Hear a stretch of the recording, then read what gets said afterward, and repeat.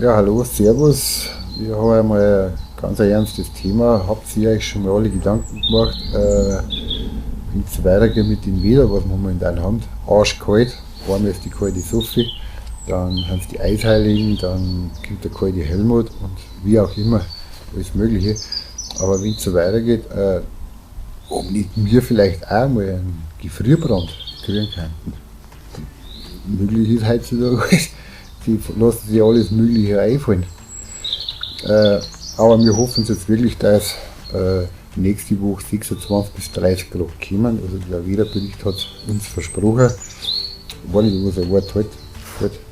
Aber überlegt euch einmal, wir taten alle einen Gefrierbrand kriegen. Gerade wegen den Temperaturen, die wir momentan haben. Du musst da schon Angst haben, wenn wir nicht schon wieder so einen Scheiß wieder kriegen, weil letztes Jahr. Ja, das ist schon fast zu übel, wenn sich jeder ein Schlauchputzer liegt, weil du musst irgendwo rauskommen, wo das Wasser reinkommt. Ja. Aber heute früher war es so kalt, da habe ich schon Angst gehabt, wegen einem Gefrierbrand.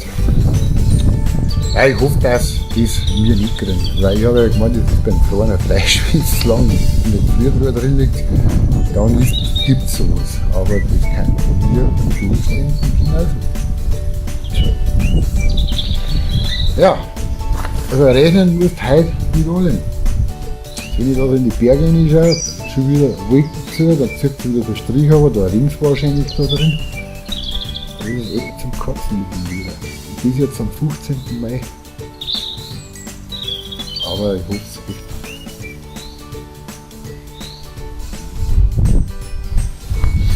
Ja, und soll es nächste Woche wirklich die 26 bis 30 Grad kommen, dann habe ich sowieso vor, das Wochenende muss ich schon mal meinen Pool einlaufen.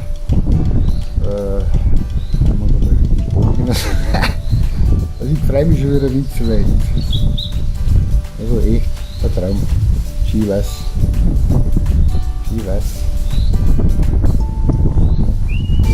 Aber stell dir mal vor, die Regierung da jetzt am wieder nochmal anschaut. Ja, ich nicht.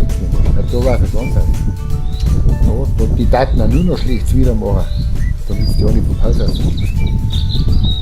Zutrauen tue ich denen gerade los. Also die Regierung, die braucht die dann wieder umschauen. Das braucht man nicht. Wirklich nicht. Es ist schon gut, dass die Natur selber bestimmt, was sie macht. Und ich glaube schon, dass sie es auch richtig macht. Na gut, das war zum Thema mal Gefrierbrand. Das ist einmal ein ganz interessantes Thema. Ob es das auch so auch geben kann und nicht bloß beim eingefrorenen Fleisch, wo schon ewig lang in einer Gefriertruhe umeinander suhlt. Na gut, Spaß beiseite.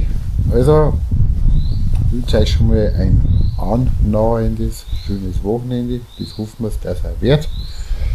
Und dann warten wir ab, wenn der Sommer reinkommt.